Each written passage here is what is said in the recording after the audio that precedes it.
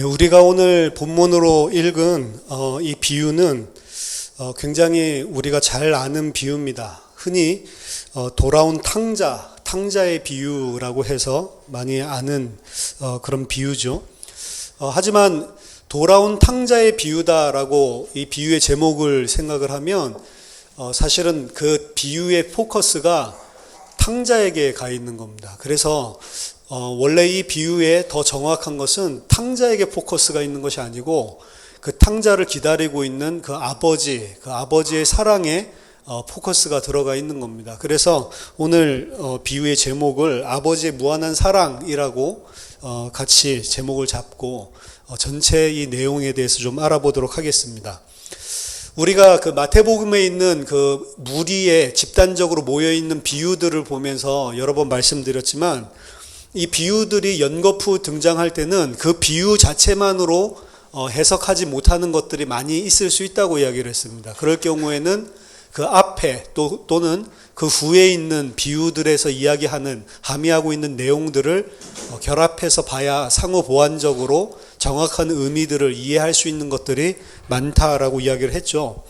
오늘 우리가 읽은 이 비유 또한 그냥 이 비유 하나만 예수님 말씀하신 것이 아니고 앞에 15장 전체에 사실은 세 가지 비유가 등장을 합니다. 그래서 잃은 양을 찾는 그런 목자의 비유가 먼저 나오고 그리고 또 잃은 드라크마를 찾는 그 여자 주인 요 이야기가 나오고 그리고 나서 이제 잃은 아들을 찾는 그 아버지의 비유가 이렇게 등장을 하는 겁니다. 동일한 내용이고요. 동일한 주제를 반복적으로 그리고 점층적으로 상호 보완적으로 이해할 수 있도록 이렇게 등장을 하는 겁니다. 그 가운데 오늘 이 잃은 아들을 다시 되찾게 되는 그 아버지의 비유는 어떻게 보면 이 복음을 창세기부터 우리가 시작을 해서 설명을 늘 하지만 이 복음을 가장 명확하고 선명하게 설명하고 있는 비유예요. 복음의 진수를 보여주고 있는 그런 비유입니다. 그렇기 때문에 이 비유가 굉장히 중요하죠. 사실은 씨 뿌리는 자 그 비유가 아니라면 이 비유가 가장 중요한 비유가 아닐까라고 생각될 정도로 복음의 정말 그 진실한 내용들을 잘 보여주고 있는 그런 비유입니다. 오늘 이 비유를 보니까 어떤 사람에게 두 아들이 있었는데 그 둘째가 아버지에게 말하되 아버지여 재산 중에서 내게 돌아올 분깃을 내게 주소서라고 요청을 하죠. 일반적으로 그 유대 사회에서는 장자에게 아버지 유산의 3분의 2를 상속을 하고요. 그리고 차자에게는 뭐 아들이 둘밖에 없을 경우 3분의 1을 상속하게 되어 있습니다. 그리고 율법상 그 유대인들이 지켰던 율법 안에는 아버지가 살아계실 경우에 유산을 청구할 수 있는 그런 조항들이 있었어요. 그래서 아버지가 살아계실 때 만약에 그 둘째의 경우 3분의 1을 받아야 되지만 살아계실 때 만약에 청구를 하게 되면 9분의 2를 주라라고 하는 것들이 돼 있습니다. 그러니까 약간 손해를 보는 거죠. 연금 땡겨봤을 때 좀 손해보듯이 좀 손해보는 그런 조항이 있습니다. 근데 문제는 그 9분의 2를 받아 챙기는 케이스는 실제로는 거의 없었어요. 그게 법상으로는 있지만 그것을 실제로 행한 예는 거의 찾아볼 수 없다라고 이야기를 합니다. 과연 그거를 한 사람이 한 명이라도 있을까라고 한단 말이에요. 왜냐하면 이 유대 사회는 우리가 그 신명기에 나와 있는 계명에도 보면 분명히 알 수 있지만 가부장적인 사회고 이스라엘 자체가 그 부모님에 대한 공경을 십계명에서도 가장 그 먼저 등장을 하잖아요. 사람들 사이에서 지켜야 할 도리 중에. 그렇기 때문에 아버지가 살아있는데 유산을 달라. 그래서 이 법에 있지 않냐라고 이렇게 하는 사람은 없는 겁니다. 그렇게 하면 지금도 폐륜하죠. 아버지 돌아가시지도 않았는데 어차피 아버지 돌아가시면 나 줄 거 내가 조금 손해볼 거니까 9분의 2만 주세요. 원래 3분의 1 받아야 되는데 만약 이런 아들이 있다면 그거 완전히 두들겨 맞아야 되는 거죠. 이때 사회는 더 그랬단 말이에요. 부모님에 대해서 가장 중요하게 생각하고 특히 아버지의 이런 가부장적인 권한이 너무나 강했기 때문에 실제로는 엄두도 못 내는 그런 짓을 하고 있는 겁니다. 신명기 21장 18절에서 21절 보니까 사람에게 완악하고 패역한 아들이 있어 그의 아버지의 말이나 그 어머니의 말을 순종하지 아니하고 부모가 징계하여도 순종하지 아니하거든 그의 부모가 그를 끌고 성문에 이르러 그 성읍 장로들에게 나아가서 그 성읍 장로들에게 말하기를 우리의 이 자식은 완악하고 패역하여 우리 말을 듣지 아니하고 방탕하며 술에 잠긴 자라 하면 그 성읍의 모든 사람들이 그를 돌로 쳐 죽일지니 이같이 내가 너희 중에서 악을 제하라 그리하면 온 이스라엘이 듣고 두려워하리라. 그러니까 엄마 말 듣지 않고 아버지 말 듣지 않고 패역하고 술 먹고 막 이렇게 하는데 아무리 말을 해도 듣지 않으면 성읍에 가서 이놈이 암만 말해도 술 처먹고 돌아다니고 내 말을 듣지 않는다라고 하면 온 마을 사람들이 와서 뭘 해요? 돌을 들고 쳐 죽이라고 했단 말이에요. 이게 법입니다. 그러면 아버지 살아있는데 내 유산 내놓으세요. 그것만큼 패역한 게 없죠. 사실은 법에 따르면은 이거는 마을 사람들한테 아이고야 내 아들이 나한테 유산을 살아있는데 내가 두 눈을 시퍼렇게 뜨고 있는데 내놓으랍니다 라고 말하면 당연히 법에 의해서 돌로 쳐서 때려 죽여야 되는 그런 입장이에요.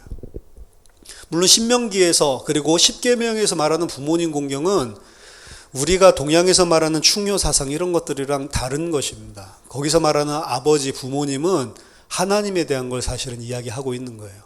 그래서 하나님에 대해서 끝까지 대적하고 하나님을 계속해서 거역하고 패역하면 돌로 쳐 죽이라고 하잖아요. 물론 이스라엘에 돌이 많으니까 그걸로 그냥 옆에 있는 거 들어서 쳐 죽여라 라는 말도 되지만 그 돌, 예수 그리스도의 돌, 예수 그리스도로 말미암아 하나님 아버지의 심판에 죽임을 당할 거라는 마지막 사형 심판에 대한 이야기를 하고 있는 겁니다. 하지만 그것이 그런 영적인 의미를 담고 있는 말이긴 하지만 실제로 지켜지는 거란 말이에요. 그 가부장적인 그 고대 이스라엘 유대 사회에서. 그리고 성경에도 분명히 그렇게 기록이 되어 있기 때문에 지금 이 작은 아들의 경우에는 당연히 동네 사람들이 쳐 죽여도 할 말이 없는 그런 패역한 짓을 아버지에게 하고 있는 겁니다. 저희가 계시록 볼 때도 말씀드렸지만 그 7 봉인이 된 두루마리가 7 증인이 선 유언장으로도 해석을 한다라고 이야기했잖아요. 그리고 그 유언장 봉인을 떼기에 합당하신 분이 죽임을 당한 어린 양이라고 하면서 죽임을 당한 어린 양이기 때문에 합당하다라고 이야기를 했죠. 왜냐? 유언장은 죽어야지만 열 수 있고 죽어야지만 실효성이 있는 것이기 때문에 당연히 아버지의 유산은 아들에게 줄 것이지만 그것이 언제 실효성이 있는 거냐면 유산이란 거는 아버지가 돌아가셔야 실효성이 실제로 발휘가 되는 거란 말이에요. 근데 아버지 살아있을 동안에 그것을 청구했다라고 하는 것은 정말로 패역한 아들이고 싸가지 없는 아들이고 더더군다나 이 가부장적이고 하나님 말씀으로도 이렇게 규정짓고 있는 유대 사회에서는 당연히 돌로 쳐서 죽여야 되는 것입니다. 이때 이 작은 아들의 나이가 몇 살인가? 보통 유대의 결혼 정년기는 18세 그리고 아무리 늦어도 20세에는 결혼을 한다고 합니다. 그래서 보통 학자들은 이 아들은 17세 혹은 그보다도 더 어린 놈이라고 이야기를 해요. 그러니까 이 고딩이 아버지한테 와가지고 내 유산 내놔 지금 이러고 있는 거란 말이야. 그럼 이 싸가지 없는 놈이 이렇게 쳐야 되는데 오늘 보니까 아버지가 거기에 대해서 아무런 말씀을 하지 않으시죠. 내게 돌 달라라고 요구하니까 아버지가 그대로 그 살림을 각각 나눠서 줘버렸다라고 이야기를 합니다. 어떤 면에서는 아버지가 왜 이렇게 하시지? 너가 도대체 지금 무슨 말이냐라고 말려야 되는데 이 패역한 아들이 완전히 패역의 극악에 치닫도록 아버지는 그걸 다 허용해 준단 말이에요. 아버지가 보면 나중에 보면 아들을 사랑하는 것 같아요. 그런데 그 사랑하는 아들이 틀림없이 지금 이게 고딩밖에 안 됐는데 이 돈을 주면 어떻게 쓸지 뻔하잖아요. 그리고 평소에 얼마나 패역한 짓을 했겠어요. 그러니까 아버지한테 그런 걸 요구하죠. 근데 이놈은 내가 유산 아무리 9분의 1을 떼어줘 봤자 반드시 다 날릴 거란 거 아버지면 알 거 아니에요. 진짜 이 아들을 사랑한다면 우리 관점에서 보면 안 줘야죠.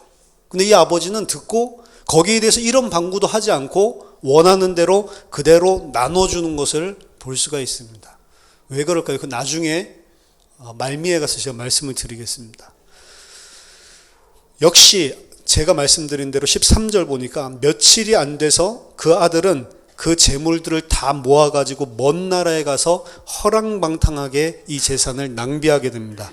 그리고 다 없애죠. 다 없애고 나서 돈이 없을 때 엎친 데 덮친 격으로 그 나라에 크게 흉년이 들어 그가 비로소 궁핍한지라. 어느 정도로 궁핍하냐면 그 나라 백성 중 한 사람에게 부처 사니 그가 그를 들로 보내어 돼지를 치게 하였는데 그가 돼지 먹는 쥐염 열매로 배를 채우고자 하되 주는 자가 없는지라 라고 이야기를 하고 있습니다.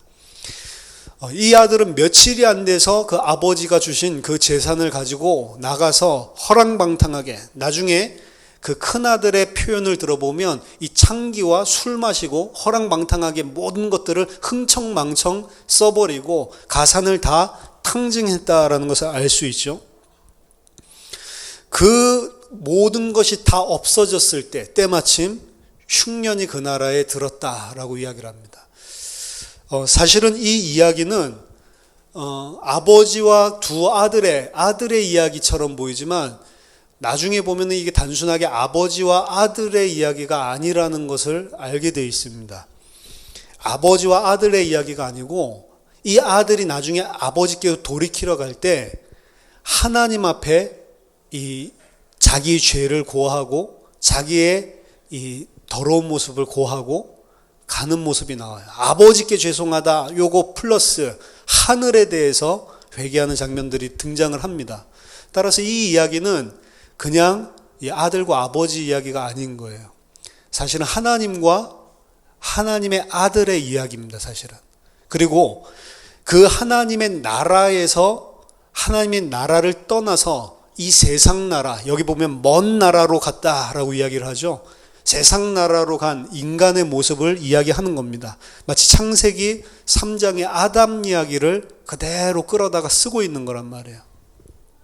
하나님의 아들로 왕적인 존재로 나중에 보면은 이 아버지가 아들에게 주는 걸 보면 왕적인 것들을 다시 회복시켜 주는 게 나오는데요. 하나님의 아들이요 왕적인 존재였던 그 아담이 하나님의 나라, 하나님이 계시는 하나님의 거주지를 떠나서 에덴 밖에 세상으로 내쫓기는 그 모습을 보여준단 말이에요. 타락한 후에 하나님이 처소에서 내쫓긴 후에 아담이 무슨 수준으로 전락을 했죠? 짐승 수준으로 전락을 했다고요. 그때 하나님이 이야기하시죠. 너의 먹을 것은 밭의 채소인지요. 우리 창세기 강의를 하면서 말씀드렸지만 밭의 채소는 짐승들이 먹는 거라고 이야기했습니다. 사람이 먹는 것은 씨 가진 씨를 스스로 맺는 채소와 씨를 그 속에 가지고 있는 열매, 나무의 열매를 먹는 거라고 그랬죠. 채소는, 푸른 채소는 짐승들에게, 동물들에게 준 것입니다. 근데 아담이 내쫓기고 난 다음에 너의 먹을 것은 밭의 채소다라고 해서 밭의 채소를 먹고 사는 짐승이 너가 됐구나라고 하는 것을 보여준단 말이에요. 이 아들도 먼 나라, 아버지의 나라를 떠나서 먼 타국 나라로 가서 어느 수준으로 지금 전락을 하죠? 돼지 쥐염 열매 먹는 수준으로 전락을 한단 말이에요. 그나마 그것도 제대로 먹을 수 없습니다. 아담도 푸른 채소 먹으라고 했지만 실제로 그 땅은 가시덤불과 엉겅퀴를 내는 저주받은 땅이었거든요. 흉년과 마찬가지죠. 이 흉년이라는 것은 성경에서 계속해서 이 패역한 죄인들을 심판하기 위해서도 등장을 하지만 사실은 심판의 배경 안에는 또 뭐가 있냐면 하나님의 백성들을 깨닫게 만드는 하나님의 은혜가 들어가 있습니다. 아브라함이 가장 먼저 가나안에 왔을 때 하나님이 일부러 흉년을 보내신다고요. 그 흉년을 통해서 아브라함을 저주하려는 게 아니죠. 사실은 하나님이 택하신 자에게는 저주가 아니고 심판이 아니고 그게 하나님이 부르시는 콜링이란 말이에요. 요한계시록 강의도 우리가 계속 이야기를 하지만 계속 하나님이 이 땅에 기근을 보내시죠. 그 기근을 통해서 심판을 하시는데 심판 말고 그 기근을 통해서 하나님께 돌아오는 자들이 소수지만 있단 말이에요. 하나님 택한 자에게는 그 흉년, 기근이라고 하는 것은 하나님의 은혜입니다. 이 아들이 먼 땅에 가서 돼지 수준으로, 돼지라고 하는 것은 유대인들은 가장 더러운 짐승, 부정한 짐승으로 보는 거예요. 그래서 이스라엘 땅 안에는 돼지 키우는 사람이 없었습니다. 우리 거라사 지방에서 돼지 떼들 있잖아요. 그건 거라사 지방이 이스라엘 땅이 아니란 말이에요. 절대로 돼지를 못 치게 돼 있습니다. 돼지 치지도 않고 거기에 만약 종사를 한다. 그럼 말도 안 되는 거죠. 돼지 먹는 사람들을 인간 취급도 안 하는데 그걸 갖다 키우고 있다. 말도 안 되는 일을 하고 있는 겁니다. 근데 그 돼지 치는 것도 부족해서 돼지가 먹는 쥐염 열매를 같이 먹어야 되는데 그것도 비참한데 그것도 못 먹는 수준이 됐단 말이에요. 가장 낮은 상태. 인간이 그 땅바닥을 칠 수 있는 가장 최악의 상태를 이 사람이 친 거예요. 왕 같은, 왕의 아들과 같은 신분을 가지고 있던 자가 자기 뜻대로 아버지를 떠나서 살았더니 어떤 수준까지 가냐라고 하는 것을 분명하게 보여주고 있는 것입니다. 다니엘서 4장에서도 똑같은 이야기들을 보여주고 있어요. 다니엘서 4장 28절에서 23절. 느부갓네살에게 생긴 일인데요. 이 모든 일이 다 나 느부갓네살 왕에게 임하였느니라. 12달이 지난 후에 내가 바벨론 왕궁 지붕에 거닐세 나 왕이 말하여 이르되 이 큰 바벨론은 내가 능력과 권세로 건설하여 나의 도성으로 삼고 이것으로 내 위엄의 영광을 나타낸 것이 아니냐 하였더니 교만한 거죠. 이 말이 아직도 나 왕의 입에 있을 때에 하늘에서 소리가 내려 이르되 느부갓네살 왕아 내가 내게 말하노니 나라의 왕위가 내게서 떠났느니라. 내가 사람에게 쫓겨나서 들 짐승과 함께 살면서 소처럼 풀을 먹을 것이요 이와 같이 7대를 지내서 지극히 높으신 이가 사람의 나라를 다스리시며 자기 뜻대로 그것을 누구에게든지 주시는 줄을 알기까지 이르리라 하더라. 바로 그때에 이 일이 나 느부갓네살에게 응함으로 내가 사람에게 쫓겨나서 소처럼 풀을 먹으며 몸이 하늘 이슬에 젖고 머리털이 독수리 털과 같이 자랐고 손톱은 새 발톱같이 되었더라. 지금 느부갓네살 왕이 하나님이 세워준 거잖아요, 왕으로. 근데 자기가 뭘 잘한 것 같이 딱 교만할 때 하늘에서 음성이 들러서 이 교만을 벌하기 위해서 벌을 하는데 사람에게 내쫓겨서 들로 나가서 소처럼 풀을 뜯어먹고 너희가 살게 될 거다. 머리털이 독수리같이 되고 손톱이 새 발톱처럼 됐다. 짐승 수준으로 됐다라는 걸 이야기하거든요. 이게 똑같이 왕적인 하나님의 축복을 주셨는데 그 왕적인 축복을 모르고 하나님을 배역한 사람들에게 나타나는 현상들이란 말이에요. 아담에게도 그랬고 느부갓네살에게도 그랬고 지금 이 둘째 아들에게도 똑같은 일이 일어나고 있는 겁니다. 아버지의 나라에 있었던 그 아버지는 거의 왕이에요. 나중에 보면 그 왕적인 나라의 왕자로 하나님 아버지의 아들로 아담과 같은 그 위치에 있었던 둘째 아들이 아버지 나라를 떠나서 먼 나라에 가게 됐을 때 더더군다나 여기 보니까 며칠이 안 돼서 아버지를 속히 떠났다라고 이야기하거든요. 그리고 속히 아버지를 떠난 그 아들에게 속히 이런 멸망, 짐승의 상태 같은 이런 일들이 다다르게 되는 겁니다. 이 아들은 그냥 집을 나간 것이 아니고 아버지의 나라를 떠나서 이방 먼 나라로, 하나님 아버지의 나라를 떠나서 세상 나라로 간 아담, 인간들을 보여주는 거예요. 17절 이에 스스로 돌이켜 이르되 내 아버지에게는 양식이 풍족한 품꾼이 얼마나 많은가. 나는 여기서 줄여 죽는구나. 내가 일어나 아버지께 가서 이르기를 아버지 내가 하늘과 아버지께 죄를 지었사오니. 그렇죠. 여기 보면 하늘에게 죄를 지었다라고 이야기를 하죠. 이게 단순하게 아버지 아들 이야기가 아니고 하나님을 떠난 인간의 이야기를 지금 하고 있는 거란 말이에요.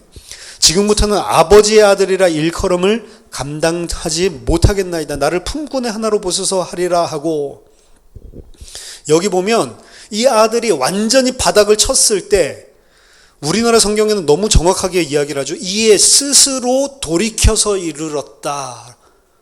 스스로 돌이켜 말했다라고 이야기를 합니다. 이 본문 때문에 알미니안이라든지 그리고 많은 자유주의 학자들이 거봐라, 하나님은 사랑으로 우리를 기다리고 있고 우리가 회개하는 것은 스스로 우리의 자의를 가지고 돌이키는 거 아니냐, 이 비유를 봐라. 더더군다나 복음의 진리를 가장 잘 설명하고 있는 비유인데 스스로 돌이켰다라고 이야기를 하죠. 근데 스스로 돌이켰다라고 원어에는 안 돼 있어요. 회개의 단어가 안 돼 있고요. 에이스 헤아우톤 데 엘덴. 그 뭐 에이스는 into거든요. 무엇으로? 헤아우톤은 himself. 자기 자신으로 그 소리고요. 그리고 뒤에 보면 대는 이건 그때의 이런 접속사고 엘덴 돌아오다라는 이야기입니다.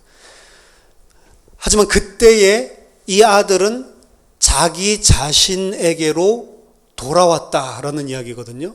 영어 성경은 이걸 그대로 해놨어요. But he came to himself 이렇게 해놨습니다. 그가 그 자신에게로 돌아왔다. 그 말은 무슨 말이냐면 자기 자신에게 생각, 자기 자신을 바라볼 수 있는 시간, 자기 자신의 이런 모습을 그때 비로소 감각하게 됐다. 자기 자신의 상태를 깨닫게 됐다라는 겁니다. 그러니까 자기가 완전히 바닥을 치고 나서야 내가 지금 이런 수준으로 전락했구나라고 하는 것을 깨닫게 된 거예요. 정확하게 회개의 표현은 아니고, 물론 이 자기 자신을 감각하다, 자기 자신에게로 돌아오다, 제정신을 차리다라고 이야기하는 이 부분은 히브리어에서 같은 단어들로 쓰이는데 그거는 회개예요. 그러니까 이게 스스로 회개했다라고 분명하게 말하고 있지는 않지만 어떤 의미에서는 자기 자신을 깨닫게 되고 자기 자신이 정신 차리고 돌아오게 된 게 회개의 의미도 담고 있는 건 맞단 말이에요. 그렇기 때문에 이 본문이 조금 문제가 많은 겁니다. 자기 스스로 자기 모습을 쳐다보고 깨닫고 아버지께로 돌아오는 자력 구원같이 된단 말이에요. 그렇기 때문에 많은 사람들이 이 본문을 통해서 인간이 구원에 스스로 참여를 해야 되는 거지 하나님이 다 하는 거 아니다. 하나님이 하신 일은 그리스도를 통해서 그 구원의 길을 열어놓은 데까지 하는 거고 깨닫고 돌아오는 것은 우리 몫이다라고 이야기를 한단 말이에요. 그럼 이제 여태까지 이야기했었던 모든 비유의 설교들이 오늘 이 비유 하나로 다 박살이 나고 다 틀렸다라는 거죠. 그럼 그 비유들도 재해석을 해야 되냐? 아니면 이거를 우리가 또 잘못 이해하고 있나? 또 이렇게 봐야 되겠죠. 제가 말씀드렸지만 비유들이 연달아서 등장을 할 때 한 비유에서 클리어하지 않은 것은 뭘 본다고요? 앞에 거 보면 되죠. 앞에 거에서는 분명히 회개라는 단어까지 나와요. 메타노예요. 분명히 회개에 대한 정의를 이야기하고 있습니다. 그게 바로 잃어버린 양을 찾는 비유란 말이에요. 잃어버린 양을 찾는 요 비유에 보니까 어떤 그 목자가 양 100마리가 있었는데 한 마리를 잃어버린 거죠. 그중 한 마리를 잃어버렸더니 그 잃어버린 한 마리의 양을 찾아서 99마리를 그대로 들에 두고 그 한 마리를 찾아내기까지 끝까지 찾아다니는 그 목자의 이야기, 그걸 하고 있단 말이에요. 그렇죠? 그 찾아내니까 이 양을 목에다 메고 돌아와서 잔치를 벌이죠. 그런 이야기를 하고 있단 말이에요. 그러면서 뭐라고 이야기하냐면 7절에 내가 너에게 이르노니 이와 같이 죄인 한 사람이 회개하면 하늘에서는 회개할 것이 없는 의인 99으로 말미암아 기뻐하는 것보다 더하리라. 자, 이와 같이 회개하면, 회개가 무엇인지를 여기서는 분명히 명시적으로 이야기하고 있죠. 그 잃어버린 그 한 마리 양이 스스로 깨우쳐서 주인을 찾아다니다가 주인에게로 돌아왔습니까? 아니면 주인이 그 양을 찾을 때까지 끝까지 다녀서 찾아냈습니까? 주인이 한 거죠. 분명히 여기서도 이야기했습니다. 나의 잃은 양을 찾아내었노라 라고 이야기하잖아요. 그리고 나서 뭐라고 이야기하냐면 이것이 바로 회개다라고 이야기를 하는 거예요. 회개는 내가 하는 것 같지만 내가 하는 게 아니란 말이에요. 누구만 회개할 수 있냐면 하나님이 끝까지 찾아가셔서 그 사람 마음을 성령으로 뒤집어 놔야지만 회개하게 되는 겁니다. 그렇게 해놓고 너희가 회개했다 해주시는 거예요, 사실은. 우리가 회개하는 게 아닙니다. 회개하는 심령, 하나님 앞에 자복하는 심령, 하나님 앞에 깨진 심령은 내가 가지는 게 아니에요. 그게 성경에서 말하는 마음의 문제가 해결되는 건데 그 마음의 문제는 분명히 오경에서도 그리고 선지서에서도 내가 새 영, 내 영을 너희에게 주어서 새 마음을 갖게 하겠다라고 이야기한단 말이에요. 어린 양, 잃어버린 이 양을 찾아오는 것은 주인에게 있는 것입니다. 그렇게 해놓고 이것을 보고 죄인이 회개했다라고 이야기하는 거예요. 그게 회개의 정의예요.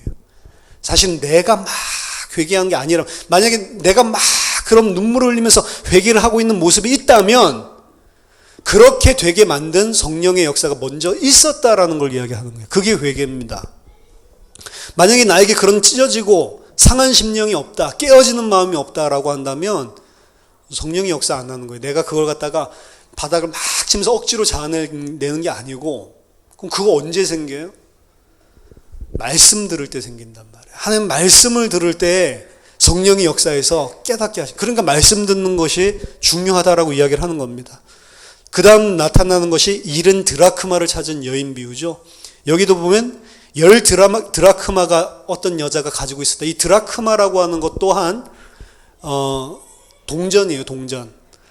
동전에 해당하는 건데, 이 드라크마라고 하는 것은 그냥 동전으로만 사용하는, 일반적으로 우리가 쓰는 그런 동전, 그걸 이야기를 할 때도 있지만, 혼인 예물로, 다우리로, 혼인 지참금으로 신랑이 신부에게 준, 그래서 그걸 가지고 머리띠 장식을 이렇게 할 때 사용되었었던 그런 드라크마라고도 이야기를 합니다. 그러니까 혼례식에 반드시 우리로 치면은 뭐 다이아몬드 반지 같은 거, 이렇게 생각을 하시면 돼요. 근데 그걸 갖다가 잃어버렸단 말이에요. 하나를.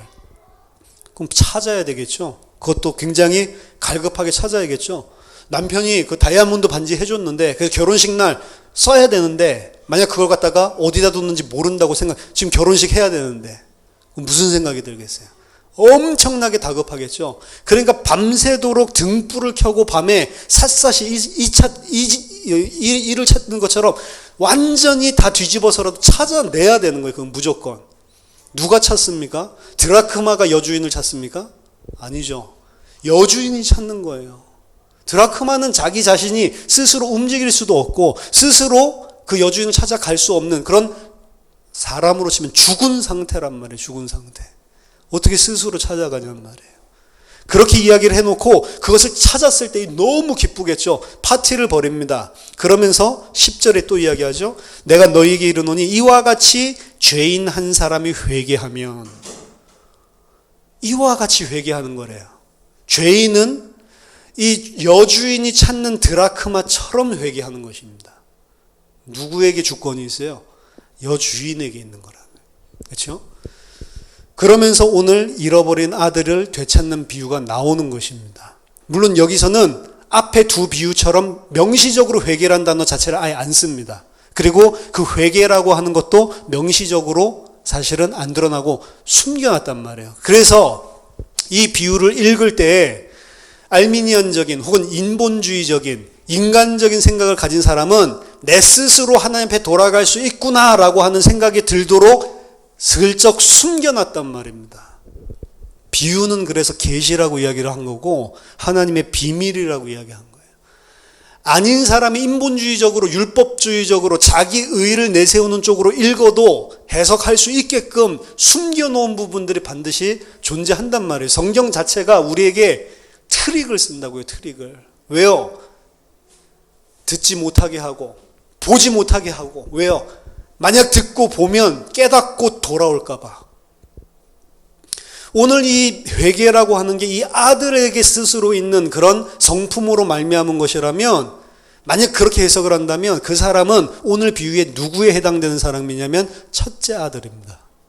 좀 이따 살펴보겠지만, 회개하는 것은 우리에게 있는 것이 아니에요. 만약 이 아들이 오늘 자기 자신의 이 짐승 같은, 돼지 같은 모습을 쳐다보고 이렇게 사는 게 아니구나라고 깨닫게 돼서 자기 자신을 보고 그걸 알게 됐다면, 왜 그렇게 됐어요? 주인 때문에, 아버지 때문에 그렇게 된 거지, 성령으로 그렇게 된 건 스스로 한 게 아니란 말이에요. 근데 우리나라 성경은 원어랑 다르게 그냥 스스로 돌이켜, 왜 스스로라는 거 집어넣는지 모르겠어요. 영어 성경이 더 정확합니다. But he came to himself. 자기 자신을 그때서야 비로소 바라보고 감지하게 됐다는 거죠. 내가 어떻게 하다가 이렇게 살고 있냐. 원래 왕적인 축복을 아버지의 집에서는 누렸던 사람이잖아요. 이제 그 아들은 단호하게 결심을 하고 돌아갑니다. 내가 죄를 지었다. 하나님 앞에, 아버지 앞에 죄를 지었다. 지금부터는 아버지의 아들이라 나는 일컬음을 받을 수도 없다. 하지만 나를 품꾼의 하나로 여겨달라고 하고 품꾼으로 들어가서라도 아버지 안에만 내가 살 수 있다라고 하는 것을 감지하고 아버지께로 돌아갑니다. 20절에 이에 일어나서 아버지께로 돌아가니라. 아직도 거리가 먼데 아버지가 그를 보고 측은히 여겨 달려가 목을 안고 입을 맞추니 아들이 이르되 아버지 내가 하늘과 아버지께 죄를 지었사오니 지금부터는 아버지의 아들이라 일컬음을 감당하지 못하게 했나이다 하나 아버지는 종들에게 이르되 제일 좋은 옷을 내어다가 입히고 손에 가락지를 끼우고 발에 신을 신기라. 여기 21절에 보면 우리나라 성경에 각주 이렇게 나와 있죠. 1번.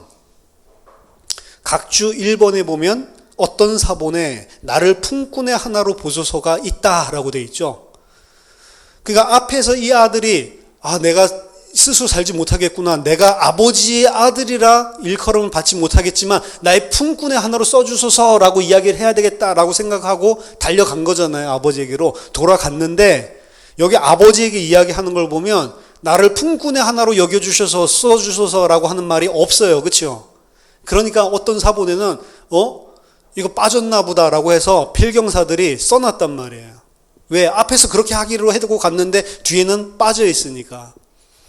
근데 우리가 쓴 본문 그리고 대다수의 텍스트는 그게 빠져 있습니다. 그럼 뭘 이야기하는 거냐면 이 아들이 아버지 내가 하늘과 아버지께 죄를 지었으니 더 이상 아버지의 아들이라 일컬음을 감당하지 못하게 하는데 아버지가 안아버리는 거예요. 말을 다 하지 못하게 하고. 사실은 그래서 뒤에 말이 없는 거예요. 아들이 아버지 앞에서 막 그렇게 이야기하고 있는데 아버지가 아니다라고 안아버리는 거죠. 이 아들의 마음, 내가 아버지 아들 아닙니다라고 이야기를 하는데 아버지가 그를 붙잡고 안아버리는 그 모습을 보여. 이게 없어야지 더 감동적인 거예요, 사실은. 그렇죠? 그 실수했다고 생각해서 넣어놓은 그 사본 필경가들이 있었습니다. 그렇죠? 이 아들이 아버지께로 돌아오는데 아직도 거리가 먼데 아버지가 그를 보고 달려갔다라고 이야기를 하죠. 이 아버지는 아들이 나가고 난 다음에 그 아들을 집 안에서 기다린 게 아니고 집 밖에서 그 아들을 계속 기다리고 바라보고 있었던 것 같아요. 거리가 먼데 금방 알아채죠. 그리고 달려가서 그 아들을 안아버립니다. 왜 그렇게 스스로 아버지가 급하게 달려가서 날려가냐. 여기 보니까 측은히 여겼다라고 이야기를 하는데요. 아버지가 달려나가서 아들을 먼저 감싸 안아버리고 그리고 그에게 입을 맞춘 것은 어떻게 보면은 지금 이 비유를 듣고 있는 청자들이 바리새인과 그리고 예수님과 함께 있는 세리와 창기들, 이런 연약한 사람들, 이 사람들 동시에 지금 듣고 있는 거거든요. 오늘 본문에 배경되는 15장 첫 번째 보면은 모든 세리와 죄인들이 말씀을 들으러 가까이 왔다라고 이야기를 하고 있고, 그때 바리새인과 서기관들이 수군거리면서 이 사람은 죄인을 영접하고 음식을 같이 먹는다라고 이야기하는 거예요. 여기서 말하는 죄인을 영접하고 음식을 같이 먹는다라고 하는 것은 현재형으로 쓰여져서 늘 습관적으로 예수님이 늘 그렇게 하셨다라는 걸 의미를 해요. 이 사람 또 세리들이랑 또 말씀 나누려고 하네. 맨날 걔네들이랑 밥 먹고 맨날 걔네들이랑 돌아다니네. 지금 이 이야기를 하고 있는 거예요. 그럼 그 세리들과 그 바리새인들과 그 서기관들 앞에서 지금 이야기하는 거란 말이에요. 지금 이 아들이 깨닫고 돌아왔다. 바리새인과 서기관과 율법의 잣대로 보면 가상한 것이 아니고요. 저게 지금 아버지 돈 다 써버리고 지금 이제 지 먹고 살자고 돌아와 또 이제 다시는 안 돌아와야지, 그런 식으로 아버지 저버리고 갔으면 다리 몽둥이를 뿜질러 버려야지 라고 생각을 하는 거예요. 사실은 이 이야기를 아버지가 달려나가서 감싸 안았다라는 이야기를 할 때 우리는 감동이다 이렇게 생각을 하지만 그건 세리 창기들의 생각이고, 이 바리새인과 서기관들 생각에서는 아니요, 마을옥이 돌아왔을 때 이 바리새인과 서기관들에게 발견됐으면 어떻게 돼요? 돌 가지고 쳐 죽인다고요. 이 자식이 어디라고 이 동네에 다시 돌아와 라고 해가지고. 그 아버지가 왜 달려갔는지 아세요? 그 동네 사람들이 먼저 발견하면 죽인단 말이에요, 율법으로. 그래서 학자들이 뭐라고 이야기하냐면 지금 이 아버지가 아들을 안아주는 행위를 통해서 뭘 했다고 이야기하냐면 율법을 아버지가 파기한 거예요. 원래 율법대로 하면 죽여야 된다고요. 심지어는 아버지가 끌고 가서 말해가지고 죽이라고 해야 돼요. 근데 이 아버지가 그 율법을 전부 다 파기하고 끌어안았단 말이에요. 만약 돌을 칠 거면 아들이 죽지 않고 자기 자신이 죽으려고 안는 행위잖아요. 이게 이제 그리스도의 십자가고 아버지의 사랑을 이야기하는 겁니다. 죄인이 아니신데 우리를 위해서 죄인이 되시고 율법 파기자가 아니신데 우리를 대신해서 율법 파기자로 죽어가신단 말이에요. 왜요? 우리 살리기 위해서. 그래서 이 아들이 돌아오고 회개하고 돌아오는 것은 그냥 자기 자신이 깨닫고 이제 잘 깨닫고 이제 개가 천선에서 돌아왔다 이걸 이야기하는 게 아니고 그 아들은 여전히 죽어야 되는 자인데 아버지가 감싸 안는 걸 이야기하는 거예요. 그러면 그냥 아들이 언제 올까 이렇게 보고 있는 게 아니죠. 아버지 입장에서 본다면. 이게 이제 하나님 이야기로 생각을 해보세요. 하나님이 그냥 언제 돌아가 이게 아니죠. 계속 뭐 하셨어요? 이 아들에게 성령으로 계속 깨닫게 하시죠. 자기 자신이 어떤 상태에 있는지를 계속 보게 하시죠. 계속 보게 하셔서 돌아올 때 그 아들을 왜 계속 그렇게 불꽃 같은 눈동자로 계속 언제 마을에 나타나는지 쳐다보고 있어요? 죽을까 봐 아들이. 아들 살리기 위해서. 그렇죠? 그럼 이 돌아온 탕자의 포커스가 있는 게 아니고 그 아들을 기다리고 그 아들을 지금 살리기 위해서 집 밖에 나와 있는 그 아버지를 보여주는 게 이 비유라고요. 그게 하나님 아버지가 우리 죄인들, 하나님 나라를 떠나서 이 땅에 돼지 쥐염 열매 먹고 살고 있는 우리들을 살리기 위해서 지금 하고 계시는 일이라고요. 그게 예수님이 내가 너희를 위해서 처소를 예비하러 간다는 거예요. 가서 공사하고 있는 게 아니고 우리를 하나님의 처소로 짓기 위해서 일하고 계시단 말이에요. 지금 아버지가 여기서 옷을 입혀주고 그리고 반지를 끼워주고 신발을 신겨줍니다. 옷이라고 하는 것은 스톨레이라고 하는데 이 스톨레이를 꾸미고 있는 게 지금 우리 가장 좋은 옷이라고 우리 성경에 되어 있죠. 그 가장 좋은 프로토스인데요. 프로토스는 뭐 스타 그 게임 하시는 분들이 하는 그런 종족 이야기가 아니고 프로토스라고 하는 것은 가장 좋은 베스트라는 의미도 있어요. 그렇지만 프로토스에 더 그 많이 흔히 사용되는 것은 프로토스. 우리가 원시 복음 하잖아요. 원시 시대가 아니고 프로토 이방겔리움. 가장 첫 번째의 복음이라고 해서 창세기 3장 15절을 프로토 이방겔리움이라고 하거든요. 프로토스는 가장 처음에 원래의 요 이야기가 원래 흔히 쓰이는 의미입니다.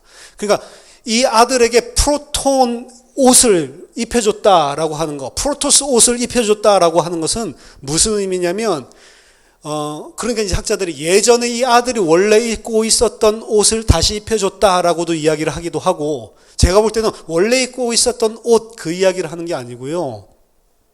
원래 인간에게 가장 처음 하나님이 입혀주셨던 그 옷. 그러면 육신적으로 따져본다면 창세기 3장 21절에 죄를 짓고 하나님 떠났던 인간 아담에게 하나님이 찾아오셔서 그 죄를 수치를 가려주기 위해서 입혀주셨던 가죽옷. 그렇죠? 그게 원래 가장 처음에 입혀줬던 옷이잖아요. 그리스도를 의미하는 거예요. 그리고 이 입혀주는 옷 요 자체는 더 그 창세기 3장 21절보다 더 먼저 인간에게 입혀준 옷이 있습니다. 시편 8편에 의하면 영광과 존귀로 우리를 옷 입혀주셨다고요.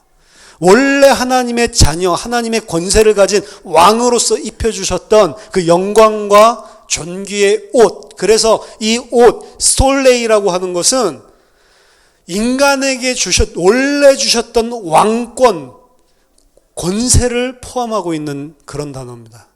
그러니까 하나님의 나라를 떠났던 이 사람을 하나님이 회개하게 하셔서 돌아오게 하시고 아무 자격 없는 그에게 다시 하나님 아버지 같은 왕권을 부여하시는 그 장면이 옷을 입혀줬다라고 이야기를 하는 겁니다. 반지 또한 단순한 액세서리를 이야기하는 것이 아니고 권세의 상징이고 이것 또한 로열 랭귀지예요. 반지라고 하는 것은 통치자, 치리자가 끼고 있는 겁니다. 그것 가지고 나중에 임봉도 하고요. 반지 가지고요. 그러니까 옷도 그렇고 반지도 그렇고 통치권, 왕권을 그냥 회복시켜 주는 것을 보여준다고요. 그리고 신발이라고 하는 것 또한 두 가지 의미가 있는데, 신발을 신는다라고 하는 것은 종이 아니고 자유인, 프리맨이라는 표식이에요. 그리고 집에서 주인만이 신발을 신습니다. 손님들이 찾아오면 손님들은 전부 다 자기 자신의 신발을 벗고 발을 씻어요. 신발을 그래서 집에서 신고 있다라고 하면은 주인을 의미해요. 주인. 그래서 이것 또한, 신발 또한 주인이라고 하는 권세와 그리고 자유인, 종이 아니고 자유인이라는 거. 자기는 이제 종이 되겠다라고 하는데 아버지는 아니다, 네가 내 아들이다라고 이야기를 하면서 그 아들이 가져야 되는, 왕의 아들이 가져야 되는 모든 권세와 신분과 자유를 전부 다 허락하시는 그런 장면이 옷과 그리고 반지와 신발을 신겨주는 그런 장면입니다. 그러면서 23절에 그리고 살진 송아지를 끌어다가 잡으라, 우리가 먹고 즐기자. 이 아들이 돌아오는 것에 또다시 송아지를 끌어다가 잡으라라고 하는 게 제가 지난번에 말씀드렸죠. 제사에 관계된 단어라고. 또다시 여기에 제사가 들어가 있는 것들을 볼 수 있습니다. 그러니까 이 복음의 진수를 이야기하고 있는 거예요. 이 아들의 돌아옴에 필요한 모든 하나님 아버지 사랑과 희생제 되신 그리스도와 그리고 그 일들을 모두 다 계획하시고 작정하고 이루기에 열심하신 하나님 아버지의 사랑, 이것들이 다 녹아 있는 것입니다. 그러면서 24절에 이야기하죠. 이 내 아들은 죽었다가 다시 살아났으며 내가 잃었다가 다시 얻었노라 하니 그들이 즐거워하더라. 이 아들을 죽었다가 다시 살아났다라고 이야기죠. 구원 이야기라는 거예요. 이 이야기가. 에베소서 2장 1절, 죄와 허물로 죽었던 너희를 살리셨도다. 그렇죠? 짐승 상태로 살고 있는 그 상태, 아버지와 단절된 그 상태를 죽은 거다라고 여기서도 분명히 이야기를 하고 있습니다. 사실은 이 24절까지가 하나의 비유라고 이야기를 하는 사람들이 많아요. 그래서 25절부터는 원래 예수님이 하신 비유가 아니고 나중에 누가가 첨가한 것이다, 뭐 이제 이런 식으로 주장하는 학자들이 많습니다. 하지만 하나님이 요 성경 누가복음을 통해서는 사실은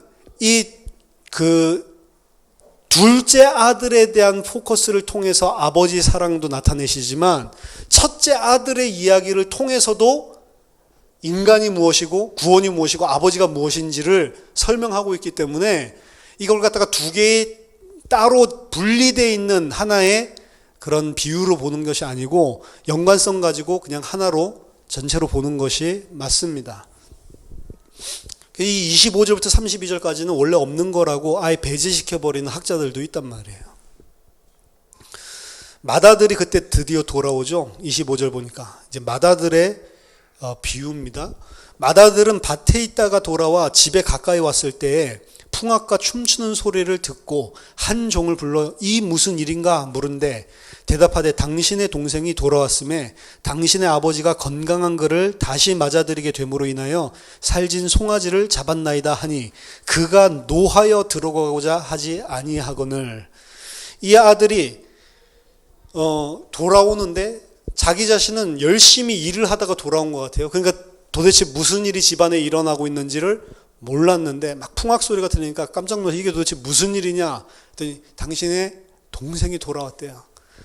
당신의 동생이 돌아와서 아버지가 건강한 모습으로 돌아왔다고 너무 기뻐서 잔치를 하고 있습니다 라고 이야기를 했더니 반대, 기뻐할 줄 알았더니 노하는 거죠. 이게 지금 세리들과 바리새인 서기관들 앞에서 하는 이야기를, 지금 이 사람들 이야기를 하고 있는 겁니다. 이 사람들의 특징을 그대로 첫째 맏아들은 가지고 있는 거예요. 이 사람들은 자기 자신의 의의를 가지고 살았던 사람들입니다. 오늘 그 노하고 있는 그 아들을 향해서 아버지가 다시 나가서 이야기를 하는데 그 아버지께 뭐라고 말하는지 29절에 내가 여러 해 아버지를 섬겨 명을 어김이 없거늘 내게는 염소 새끼라도 주어 나와 내 벗으로 즐기게 하신 일이 없더니 아버지의 살림을 창녀들과 함께 삼켜버린 이 아들이 돌아오매 이를 위하여 살진 송아지를 잡으셨나이다. 이 아들이 자기 자신을 뭐라고 지금 표현하고 있죠? 여러 해 아버지를 섬겨 명을 어김이 없거늘. 이게 지금 바리새인들이란 말이에요. 여러 해 동안 내가 이 평생을 아버지를 섬겨서 율법에 흠이 없는 자로 내가 순종하면서 살지 않았습니까? 그럼 뭐 해야 돼요? 당연히 아버지는 거기에 대한 보답을 해야 되죠. 그렇죠? 이 아들 또한 이 지금 이야기를 들어보면 포커스가 어디에 가 있냐면 아버지, 아들 그 관계보다는 아버지가 가지고 있는 무엇인가를 통해 내가 혜택을 받는. 둘째 아들은 아예 겉으로 드러내놓고 했잖아요. 아버지 재산 달라고. 그러니까 눈으로 확 보이죠. 근데 첫째 아들은 그런 말은 안 했어요. 겉으로는 그런 말 안 했지만 여기 보니까 왜 아버지 명을 어기지 않았고 왜 이 첫째 아들은 열심히 일을 했고 순종을 했냐라고 하면 그 아버지로부터 받을 수 있는 뭔가를 얻어내기 위해서예요. 그리고 이 안에 보면 나는 이렇게 순종했는데 저 아버지 돈 다 받아 처먹고 나가서 방탕하게 써버린 저놈을 왜 받아두냐? 그럼 내가 한 이 일은 어떻게 되냐라고 이야기를 하고 있죠. 사실은 내심 진심은 이 아들도 둘째 아들과 마찬가지로 아버지의 재산에 가 있는 거예요. 아버지로부터 인해서 나에게 돌아올 뭔가에 대한 게 있는 거예요.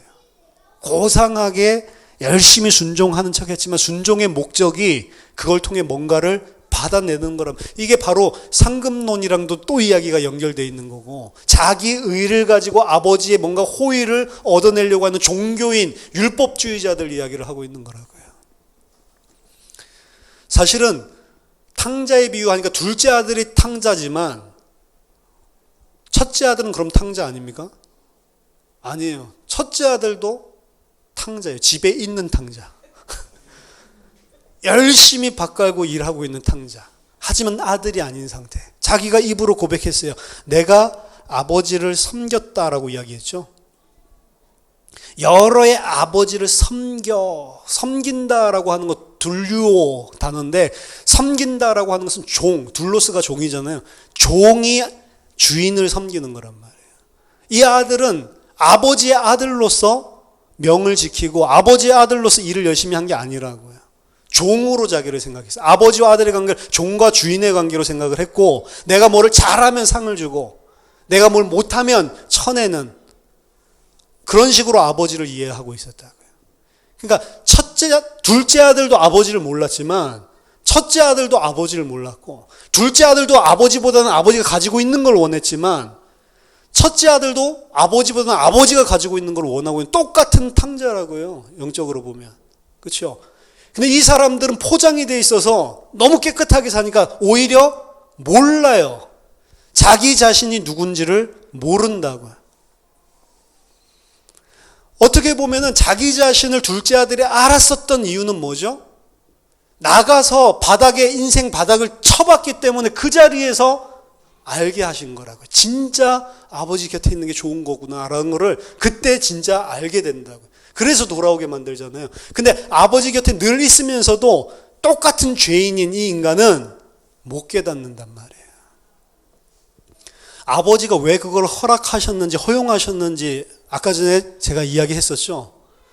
왜 아버지가 둘째 아들에게 그 패역한 죄를 짓고 아버지를 떠나서 먼 이국 땅을 가도록 그냥 허용해 놓으셨냐?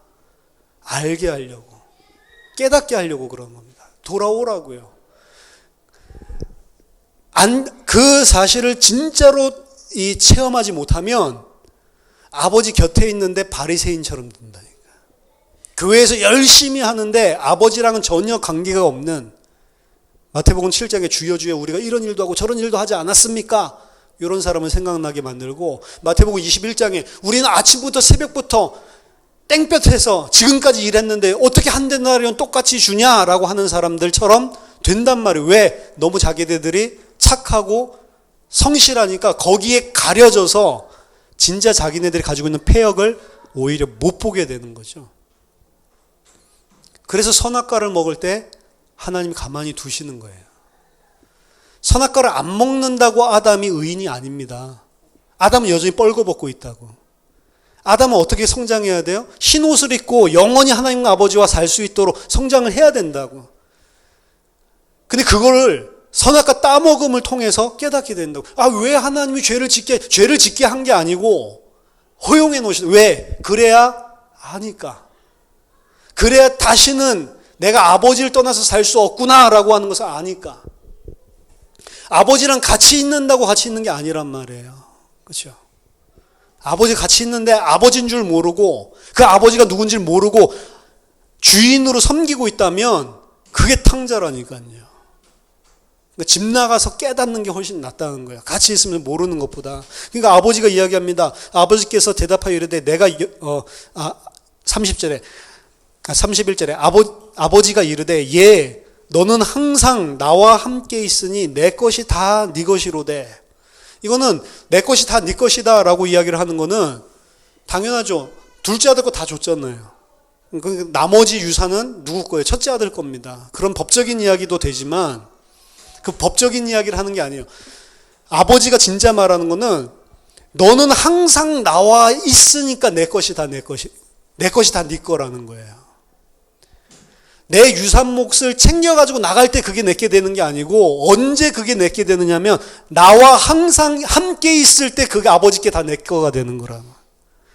근데 이 아들도 그렇고 그리고 탕자도 그렇고 어떻게 깨달았냐면 아버지 저거는 내가 받아내야 되는 걸로 생각을 하고 있다니까요.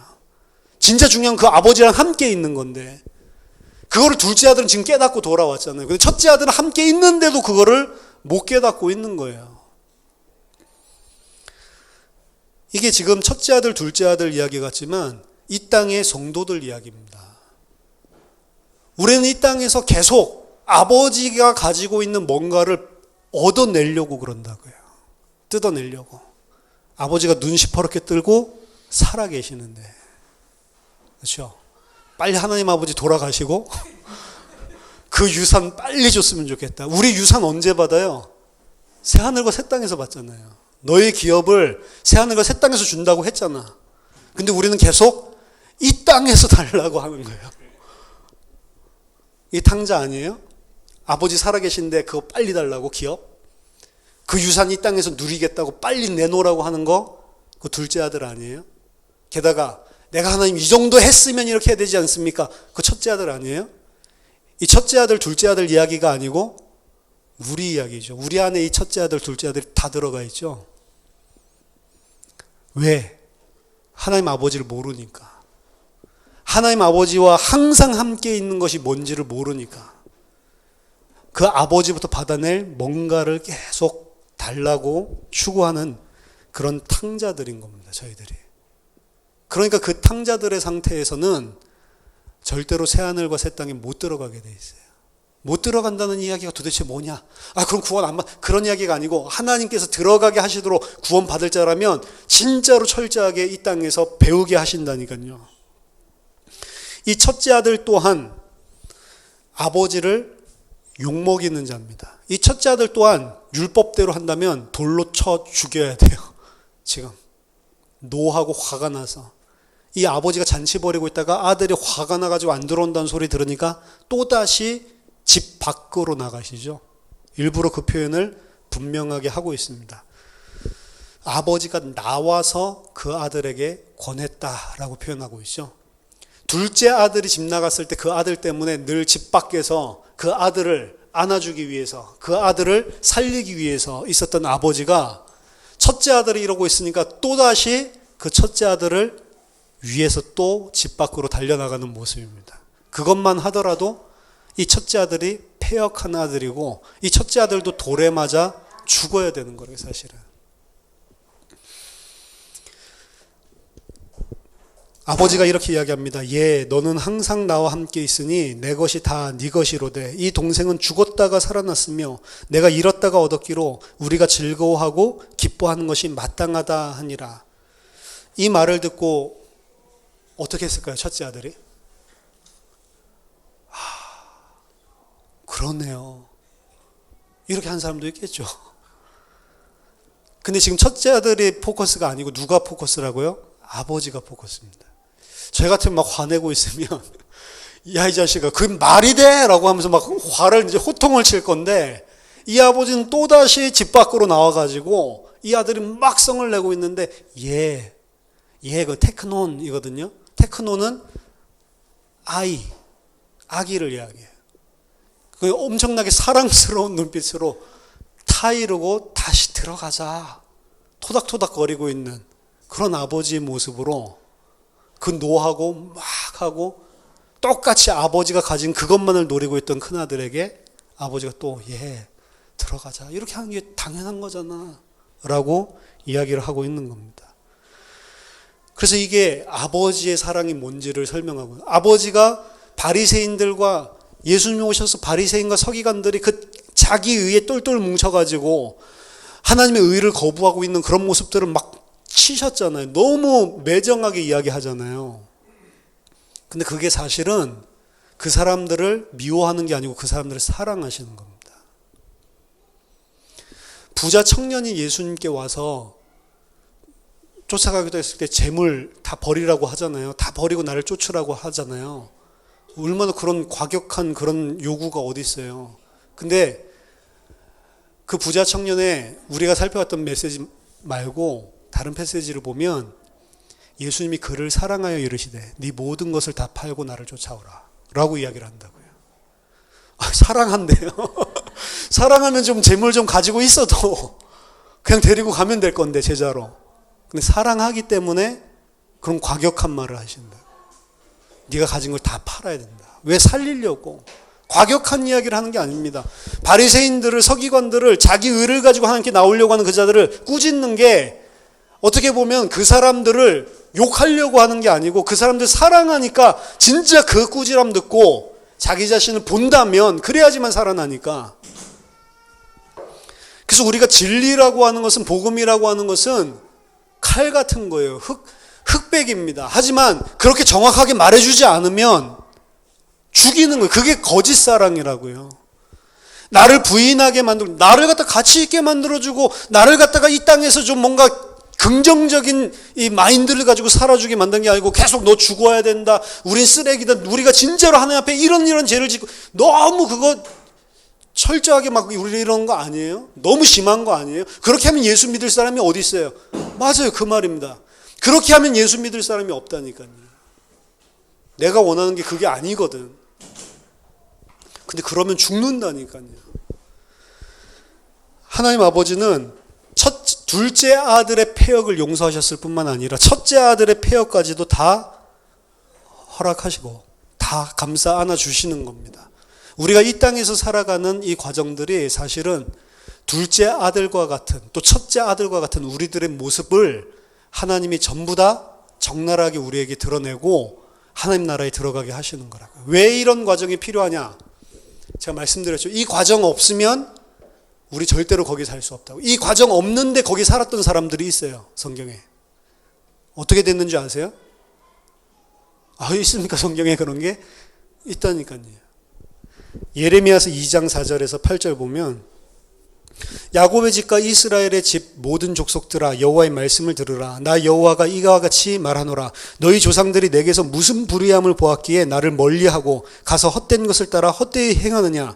그들이 우리를 애굽 땅에서 인도하여 내시고 광야 곧 사막과 구덩이 땅, 건조하고 사망의 그늘진 땅, 사람이 그곳으로 다니지 아니하고 그곳에 사람이 거주하지 아니하는 땅을 우리가 통과하게 하시던 여호와께서 어디 계시냐 하고 말하지 아니하였도다. 내가 너희를 기름진 땅에 인도하여 그것의 열매와 그것의 아름다운 것을 먹게 하였거늘 너희가 이리로 들어와서는 내 땅을 더럽히고 내 기업을 역겨운 것으로 만들었으며 제사장들은 여호와께서 어디 계시냐 말하지 아니하였으며 율법을 다루는 자들은 나를 알지 못하며 관리들도 나에게 반역하며 선지자들은 바알의 이름으로 예언하고 무익한 것들을 따랐느니라. 지금 이스라엘 백성 이야기거든요.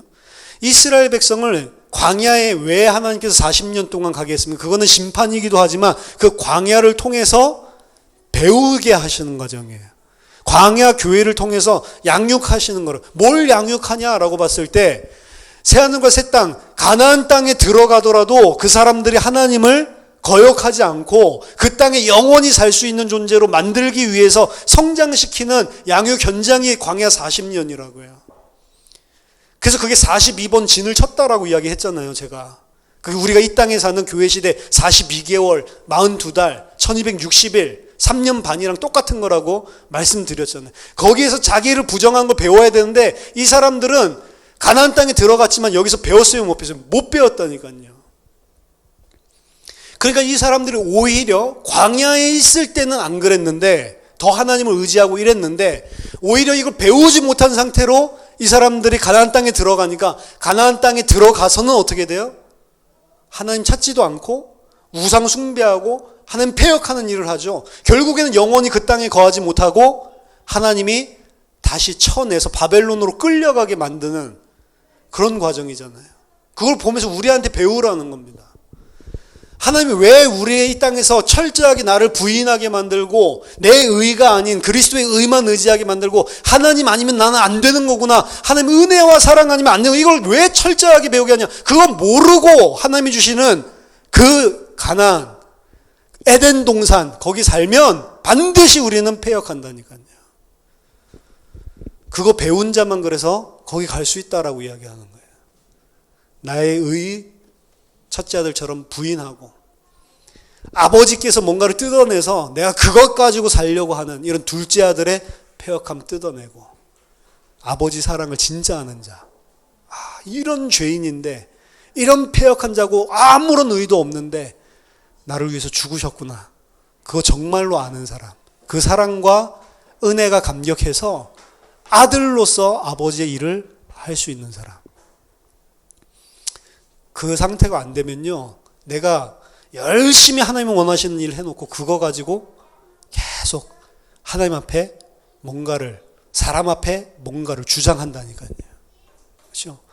모든 것을 아버지 뜻대로 다 행한 후에 나는 한 것이 없습니다. 나는 무익한 종이고 해야 될 일을 한 것일 뿐입니다 라고 이야기하는 상태가 안 되면 그게 다 독이 된다고요. 그래서 오히려 더 안 되게 하시는 거예요. 왜? 하나님 사랑하시니까 허용해 주시는 겁니다. 여러 가지를 경험하게 해 주시는 거예요. 그거 안 된 상태에서 오히려 전도가 안 되는 게 더 좋은 거예요. 왜? 그 전도가 나에게 독이 될 거니까. 그 안 된 상태에서는 교회가 부흥 안 하는 게 좋은 거예요. 그럼 우리 다 됐는데요? 안 됐다니까. 다 됐는데요 라고 이야기하는 게 첫째 아들이라니까요. 무엇이든지 간에 다 하나님이 그렇게 하시면 그게 다 옳은 것이다라고 순종하는 게 그게 하나님 아버지를 아는 자입니다. 안 돼도 괜찮은 거 아니에요. 아버지와 함께 있는 게 그게 모든 것을 다 가지고 있는 자인데 저와 여러분들이 오늘 비유를 통해서 진짜 하나님 아버지 사랑을 알고 그 무한하신 사랑에 감사 감격하고 오직 거기에만 기대서 사는 그런 하나님의 백성 되기를 예수 이름으로 축복합니다. 기도하겠습니다. 하나님 감사합니다. 둘째 아들처럼 또 첫째 아들처럼 패역한 저희들을 품어주시고 십자가로 살려주심을 감사드립니다. 그 아버지의 사랑과 은혜에 감사해서 그 아버지와 함께한 게 모든 것을 다 가진 것임을 아는 자로 살 수 있도록 우리에게 은혜를 허락해 주시옵소서.